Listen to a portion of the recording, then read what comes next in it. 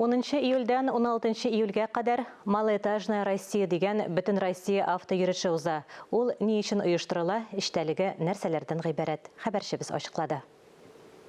Шәхси торак төзелеше сыйфатын яхшырту, илнең алдынгы төзелеш компаниялар арасында тәҗрибә алмашу. Авто узышның төп максаты әнә шул.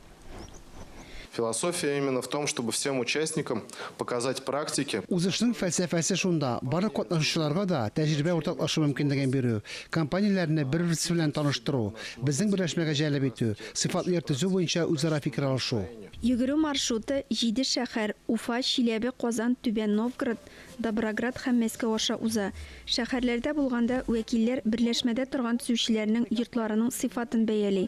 Хәзерге вакытта анда шәһәрнең 100дән артык төзелеш компаниясе урнашкан. Алар маршрутта игълан ителгән. Без күп катлы йортлар белән чагыштырганда күбрәк төзибез. Әгәр дә бу процентны сыйфат ягыннан да яхшыртсак, бу зур тәҗрибә. Аз катлы йортлар төзелеше сыйфатын яхшыртуга да өлешебез булыр дип уйлыйм. Автойөріштә 50дән артык төзү компаниясе вәкилләре катнаша. Бу вакытта төрле технологиялар буенча төзелгән йортлар күрсәтелә. Ахырдан Мәскәүдә эш йомгаклары белән махсус күргәзмәдә танышырга җыеналар. Ләлә Зайнуллина, Татарстан яңалыклары.